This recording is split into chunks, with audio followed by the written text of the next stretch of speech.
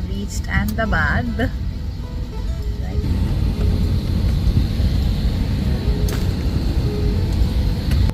So excited. Hey! So here I am at the Ahmdabad airport, freshening up, and what have I done is spill some beetroot juice on my outfit, all through some places here, and on top of that I've also managed to tear my outfit, which I love so much. I have been wearing outfit for such a long while, and it had given up a few months ago. Then I stitched it back in because I love this outfit so much, and it's finally given away one more time, which means I have to let go of this outfit with beetroot spots on it during this trip. So I'm going to wear this today. I have a beautiful plan ahead for the evening, and I'm going to go visit the Akshardham temple over here. After that, going to spend some time with my friend and go check into my hotel. I'm going to either I change the outfit or I stay in this one. What do you think I'm going to do? I'm just going to keep wearing this one, keep my spine straight and boobs up. Hi everyone, so here I am with my beautiful evolved soul friend Mitul, and he was enlightening me about how he is experiencing doing nothing. जिंदगी जीने का क्या formula आपने ढूंढ निकाला है अभी? नहीं, फॉर्मूला तो होना ही नहीं चाहिए। फॉर्मूला मशीनरी में काम करता है, ह्यूमन बीइंग में फॉर्मूला कहाँ होता है? फॉर्मूला नहीं होना ही फॉर्मूला है। Having an amazing time talking to Mitul bhai, and we stopped by at the sugarcane ganna juice we're going to have here, our favorite, my favorite, and we are on our way to Akshardham. He's going to take me to Akshardham, and we are at Akshardham, and we're going to submit our phones, all our belongings over here before we enter the main entrance right there. I am in my hotel after a beautiful long day of the journey and the evening at the Akshardham, and I had the bestest time, a mind-blowing time at Akshardham. I can't even tell you how much. I love the water fountain show over there, which is based on Upanishad, which is a conversation between the Lord of Depths, Yama, and Nachiketa. It's such a beautiful conversation. Spiritual, Vedic, and they call it the Vedic water fountain show. I've seen many fountain shows all over the world, in Europe, in America, Nevada, where, it's all famous for the show business. But this one stole my heart. It was so meaningful and magnanimous. And they showed all 5 elements: earth, water, fire, wind, ether, and how the Yama destroys lives using these 5 elements, and how Nachiketa is very innocently asking the matter of life, after death, before death, why death, what happens after death. It was just a beautiful, mind-blowing conversation. I had a beautiful time, and I highly recommend that you make sure that you come to Ahmedabad and go to Swami Narayan Temple, which is about 20 minutes away from the airport. Go directly. Every day except for Mondays, 7:15 p.m. there's this show that happens, the water fountain show. You must watch it once in your lifetime. So precious, so well planned, executed, world class fountains and lightings and voices and a 3D effect. The Yama comes out with a 3D effect. It's just wow. I loved it. Highly recommend that you go watch it. Love you.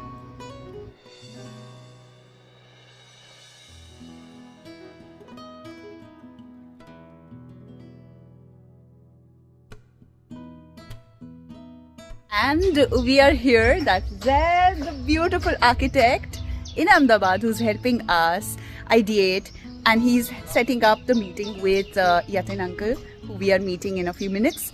And this is where he lives, he works, and let's celebrate.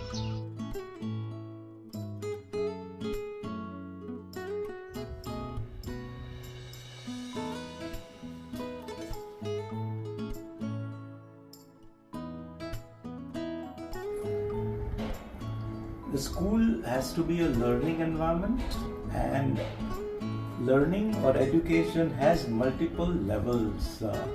So for example, if we know from our own kind of tradition, the Nimna Star, the lowest level of education is information, mahiti. You just pick up something from somewhere, you don't know the validation, so that's the lowest form. And many certificate courses or the school jo ratta lagate hain, all they do is give mahiti. When the information is understood, then it becomes gyan, the knowledge. So understanding is what that makes you know. For example, I know this is written in Chinese, but I don't understand. When I understand, I know the meaning of that. But that is gyan.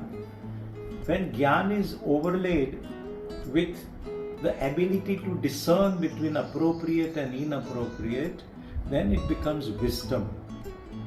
For example, I know that fighting is a wrong idea, but to fight for right, maybe at that point it is the correct thing to do. So that kind of ability, critical analytical thinking, that what is appropriate. When you get that, then wisdom aata hai. Gujarati we say dahapana. Okay. And when that value system is ingrained in our routine, then it becomes sanskara. So the whole motto of education is to raise that level of information, not to only gyan, but to wisdom, and eventually to become part of your routine, that is sanskara. So it is that giving sanskara is the real idea of education. And in that, the whole environment is actually what supports that. So it's not just the built area classroom, it's learning beyond classroom, it's living and learning sort of an idea. As I always say that existence has two symbioses, human to human, which you call society or interactivity, and human to nature, which we call sustainability. When you ensure these two and learn about this, then that existence is complete. Beautiful. Thank you so much, sir. So, sir, thank you so much for taking us through this beautiful, inspiring, wisdom-filled presentation. And we're looking forward to you both gracing us, blessing us with your creativity, with your design, and enhancing the lives of the villagers of Ganeshgaon. Would you please share with us what you have in mind, or what suggestions you would have, what would you bring forth in our small little conversation we've had so far since morning? No, thank you so much, sir. It's been nice to exchange ideas. And all I can do is to share some of the basic thoughts which govern the design. See, design, there's nothing like good or bad, it's always appropriate or inappropriate, and appropriate to the place, people, program, and philosophy. So I think it must emerge out of that. So in that, some of the basic principles that, okay, how is it sustainable? Sustainable in terms of how does it naturally kind of mitigate the forces of nature.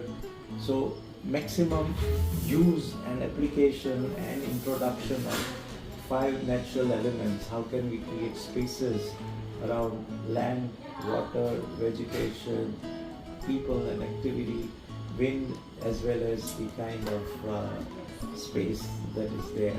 Second, how do we integrate the village around? So for example, the space can be multiply used. Morning as a school, then afternoon as a vocational training, so that the young girls get educated and become more employment worthy, even including digital media and stuff like that. And how does it even become a kind of a place for women to come and exchange the ideas, do some work, so it becomes a productive community center, as well as a place where government programs of intoxication or health checkup or any other thing. So it becomes actually a community space with multiple uses possible within that. So people own it, the village benefits from it, and can be a upliftment cause for the whole village put together. Therefore, it would be more of a environment creation rather than building as an object. So built, unbuilt is interspersed, nature is interspersed, as I say, in many ways. So it becomes a place, and it's plural, accessible. So it's for all, and people must relate to that. Wherever possible, we can engage local craft, local workmanship, and employability of the people. So it becomes a kind of a thing created by people for people, of people, sort of an idea of the same. And its emphasis more on exploratory learning rather than classroom teaching. So it's kind of learning beyond classroom, and emphasis by you imbibing it. I always say the good architecture of campus must inform, involve, and inspire. So some ways by which we can do that: look at the local traditional wisdom, learn from that, and make it appropriate for present needs and times. So these are some of the generic ideas around which like we used to sit under a tree earlier and enjoy, and nature also inspires. Building is always static, but when we include nature, then nature is constantly changing, and that gives an impetus for the children to come there afresh and look into it. So I think it should be more of a fun for kids to go to, and as I say, everyone, rather than a kind of a regimented affair. So these are some of the generic thoughts around which the schools are created. Beautiful. I feel tears rolling down my eyes because I am so blessed to be in such sangs, such sattvic and pure and rooted in our philosophy, our sanskriti, and so blessed that this village will be receiving your blessings, your guidance. Both Zaid and Yatin sir are going to be I feel so lucky for the village right now, and looking forward to working with both of you.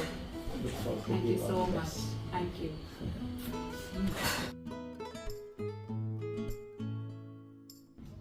Hi everyone, I am in Zaid's office right here. Such a beautiful space he's created. Warm and very inviting, and that is overlooking the river here, a very famous river project. We were discussing how we came up with the idea of collaborating, and before that how I came up with the idea of doing something for schools.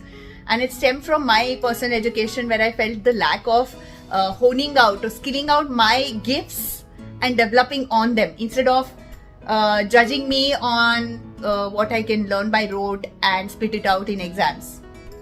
So with that thought, I wanted to build a chain of schools, and I shared that thought with one of my teachers, Shagun Singh, whom I did a workshop with in Gili Mitti on sustainable and nature-friendly living. So when she heard of my idea of building a chain of schools, Gurukul based, she said, why not impact the existing schools which need this kind of a skilling, which needs this kind of a touch and mentoring and the infrastructure, the ambience for the students to thrive in. And when I was sharing with Zaid here on how do we upskill the children, abhi infrastructure to bana liya, and ambience, we creating very nourishing, thriving environment for the children. But then how do we upskill them? Who does that? And I and my friends, we all are getting in touch with people who would like to volunteer and come and talk to the students on various subjects, on finances, on entrepreneurship, on self-sustenance, of loving and respecting Mother Nature, and so on and so forth. But then he said, and you will hear from his own mouth, that his mom designs curriculum for children, bridges the gap between what already is done, which is very monotonous and boring, and then adding more tadka to it, more shine and zeen to it. And he will tell us more on what she does. So let's know from him what she does. Over to you, Zaid. Hi, thank you, Vasundhara. So actually, we were just discussing about my experiences of doing school, where the major struggle or hurdle was where infrastructure was created, but education quality, the quality of education couldn't be increased. So my mother, actually, she's guided me a lot in my life, and even with my projects, I discuss with her. Through her, I get to know that teachers, we don't have good teachers. The profession of education is looked down on in our country to an extent that if you are a teacher, you are a loser. That is what many believe. And that is why most of the educators that we have, they are not as keen. Of course, they come with a certain rigor to change the society. They've started there, but be it their pay scale or the respect that they get or how much they're heard in the society, at every position, we as a society have not done justice to them, which I've also seen directly in many of the schools that I've done, where in terms of infrastructure, they'll go and buy the best tiles and best windows, but they'll pay the least to the teachers, who are actually the backbone of education. So that is what we were discussing, and I was telling Vasundhara that rather than making more schools, it is important to strengthen the existing schools which we have, and that is not through the physical infrastructure, but our teachers and all the people who are involved into upbringing of a child in a school. Yeah, that's it. Thank you. Fantastic. I think that wisdom, the knowing what really is required, is so precious to hear from my beautiful colleague, or my friend, my brother, my co-worker in this universe, on this plane, I would say.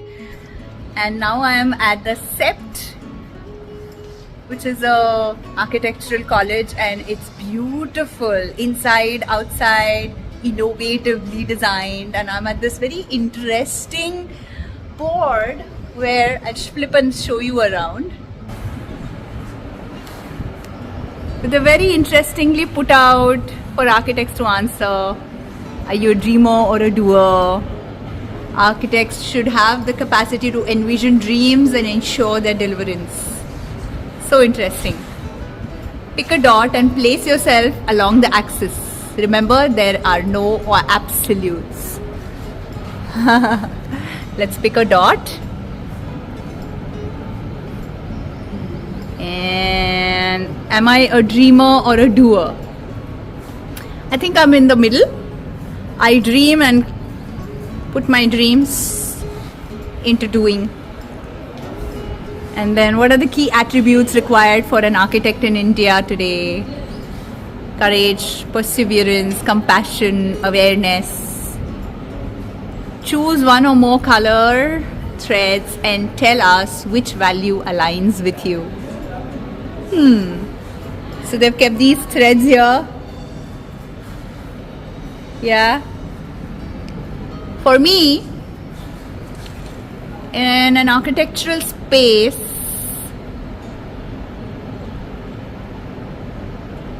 I think awareness, for me, awareness is more important. So let me put awareness. So putting awareness, for me, awareness is more important, most important, and then the rest are too. Let's go to this one.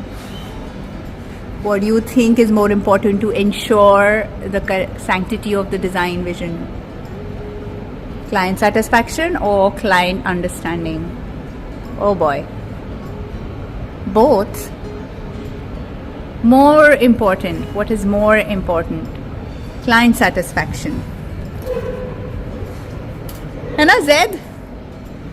What for you is more important? Client satisfaction or client understanding? Client understanding. They are never satisfied. Oh, I put it in client satisfaction. Of course, I'm thinking from more client perspective. I'm the client. And then how do you position yourself as an architect in the 21st century? Architect in the 21st century. Generalist, multidisciplinary, specialist. As a yoga teacher, I would be a specialist. I'll put it here. Specialist. Pranayam, Dhyan, Hatha Yoga, the traditional classical way. Interesting wall, isn't it? I'm loving it. Are you loving this space too? I'm so inspired. I wish every school, college was designed this way to make learning so much fun. I would love to come to a college like this. So Zaid here, who's right there, has passed out from this college and he's brought me over here to see his space, knowing how much I love an integrated space for learning and how much I love bringing creativity into learning. He's brought me to this space. Let's look around.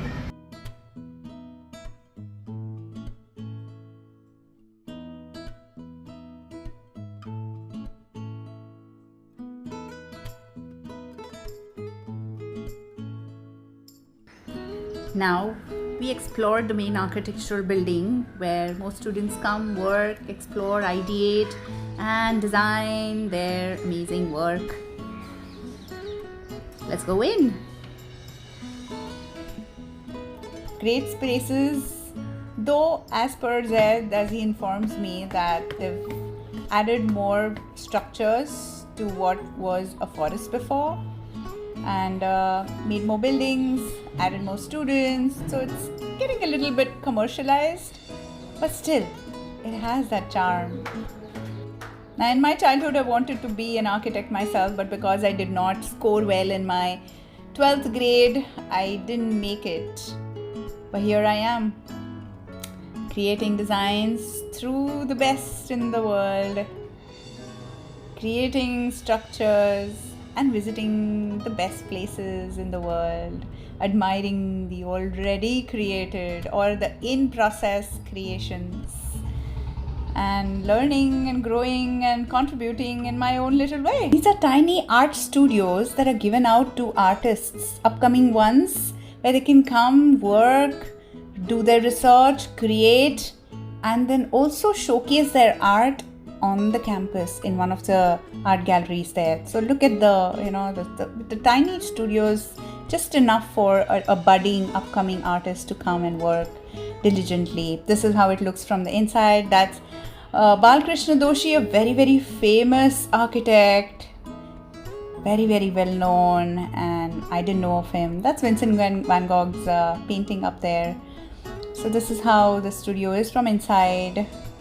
Some of the creations of the budding artists who play around with their creations, ideate, experiment.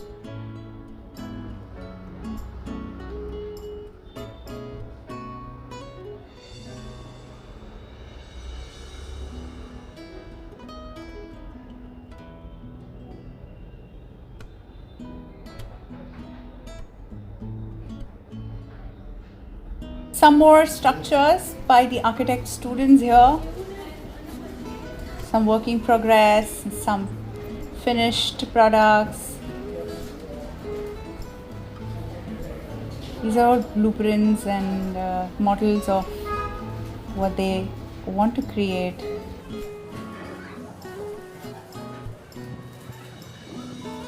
In this room particularly, the design inspiration is more from nature, from animals, birds. So you see these pictures on the walls.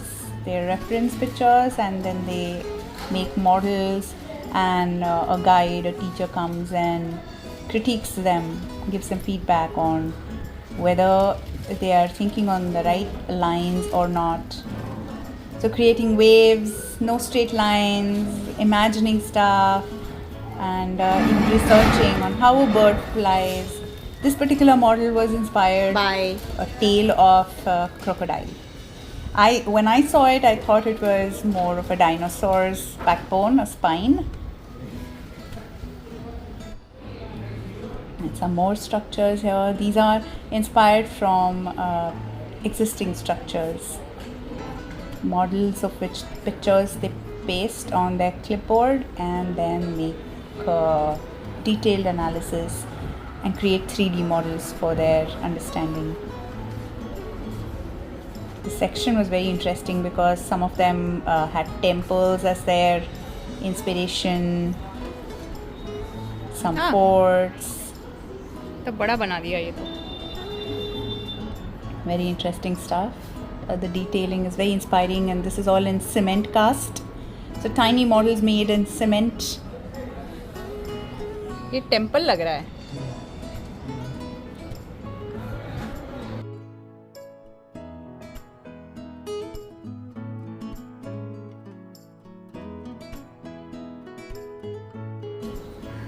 A mud home.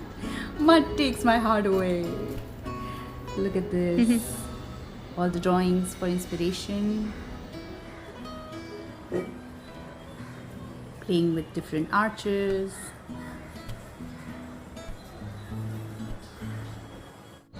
We are at Ahmdabadni Gufa. You around. This is Sarabai Center. Very famous, and this is the Ahmdabadni Gufa that we are going to enter. That's the one. Let's go.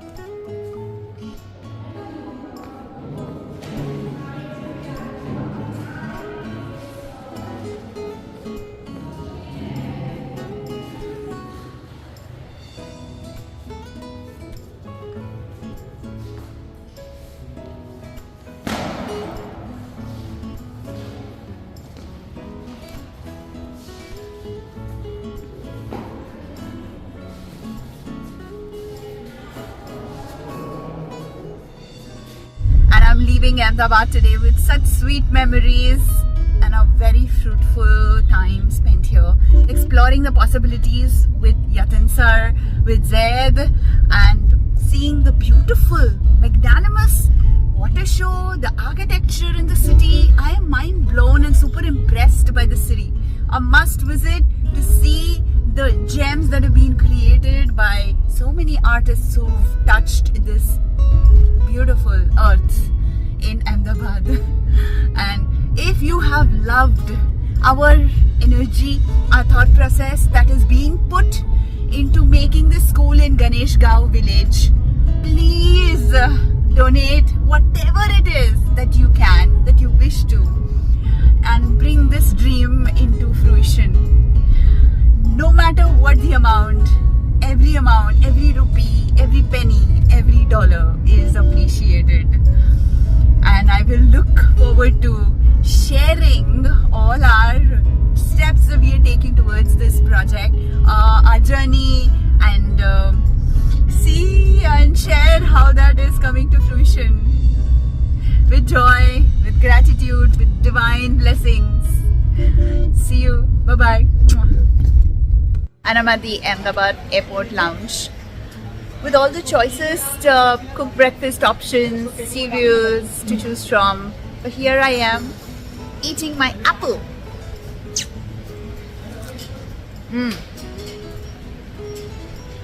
First thing in the morning, after my green juice, I have the apple. But since I'm traveling, I couldn't source a proper, genuine, 100% green juice. They had options with fruit juice mixed in it, so I didn't go for it. Started my day with fruits.